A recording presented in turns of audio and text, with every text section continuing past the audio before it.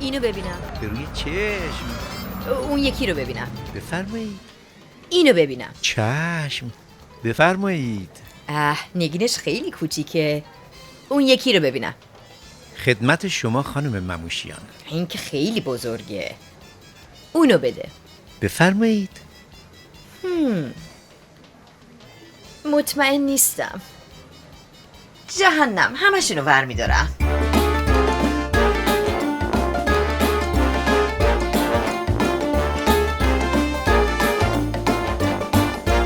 ساعتو نگاه، خدا مرگم بده، کنسرت تا نیم ساعت دیگه شروع میشه. راننده. بله خانم مموشیان. بهت اجازه میدم تمام قوانین رانندگی رو زیر پا بذاری. عجله دارم. گربه های ثروتمند با دغل‌بازی و استثمار گربه های زحمتکش ثروتمند شدند.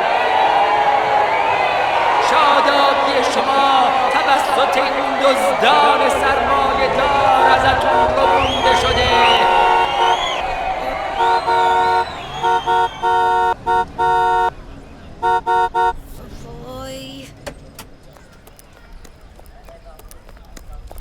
شیرین خانم، مادرتون امر فرمودن که هر چه زودتر تشریف بیارید بریم. داره برای کنسرت دیر میشه.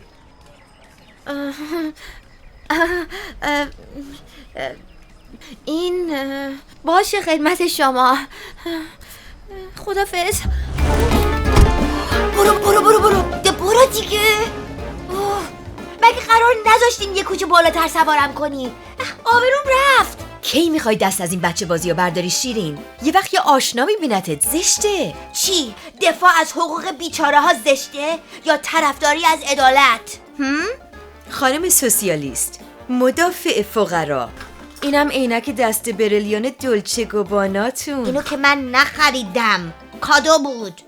خدا رو شکر اقلا یکی از دوتا بچه‌ام زجرم نمیده. راننده، بریم دنبال پسر نازنینم. شروین اسکناس پروداکشن. پشمالوتری، نه دخترا، از سر کولم میرم بالا.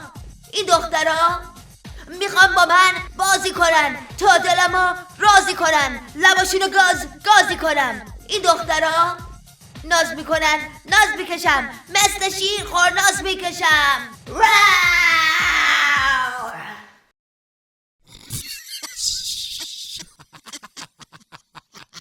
چطور بود بچه‌ها؟ اگه کاور آلبومتم به خوبی آهنگت باشه، فکر میکنم امسال جایزه گرمی 100% تو چنگ خودته. راستی میگین؟ آره تو نمیری. ماما بچهای استودیو میگن آلبومم درات مثل بمب میتره که تو دنیا. شنیدی شیرین؟ میبینی چقدر برادرت هنرمنده؟ یاد بگیر. قربونش برم شروین جونم. حالا باباتم به فهمه خیلی خوشحال میشه. میبینم که سود خالص کارخونه خیلی بالا رفته. بسیار عالی. خیلی میبخشید جناب مموشیان، اشتباه از من بود قربان. سر و ته گذاشته بودم. سود خالص کارخونه خیلی پایین اومده. فلکش کنین این پدر سوخته رو. چرا؟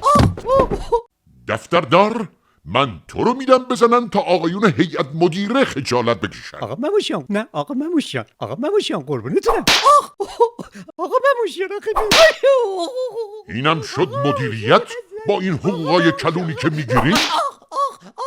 نگهبان، محکمتر بزنش تا آقایون بیشتر خجالت بکشن. آقا مموشیان پرویز دیرمونه، چقدر بابا طولش اولین داره. آهنگ آلبومم رو ضبط کردم.